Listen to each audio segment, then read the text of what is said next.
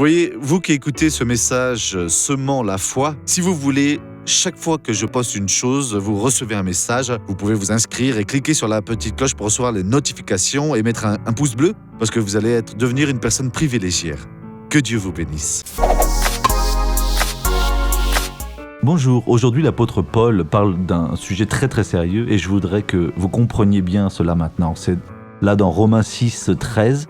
Ne mettez aucune partie de votre corps à la disposition du péché comme une arme pour l'injustice. Donc voyez, non, votre bouche, votre langue, votre regard, votre participation ne doit être présentée à aucun membre de votre corps comme un instrument d'iniquité et ni pour faire alors ce que l'Écriture interdit au couple dans son intimité.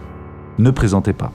Mais mettez-vous vous-même au service de Dieu comme des vivants revenus d'entre les morts et mettez votre corps tout entier au service de Dieu comme une arme pour la justice.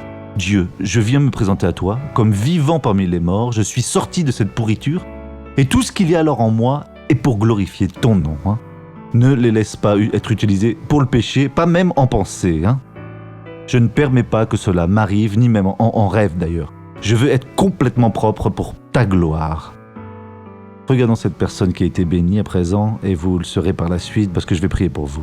Qu'est-ce que Jésus a fait pour vous, ma sœur ? C'était une douleur que j'avais ici aux hanches, descendant dans les jambes. Quand j'allais marcher, mes jambes bloquaient. Elle était bloquée ? Depuis combien de temps vous aviez cela ? Cela fait 1 an déjà. 1 an. Comment est-ce que vous marchiez alors ? Lentement ou comment c'était ? Très lentement, je marchais un petit peu. Et montrez-nous comment c'était avant. Comment est-ce que vous marchiez ? Montrez-nous. Lentement, comme ça. Ah, maintenant marchez normalement.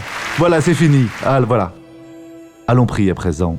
Père, j'unis ma foi avec la foi de cette personne qui, quand elle a vu le témoignage, elle a dit « Je vais recevoir ma bénédiction ». Et elle va la recevoir à présent. Comme ministre de la parole de Dieu, j'expulse tout le mal dans cette vie et j'ordonne « Soyez une bénédiction au nom de Jésus ». Et vous dites « Amen ».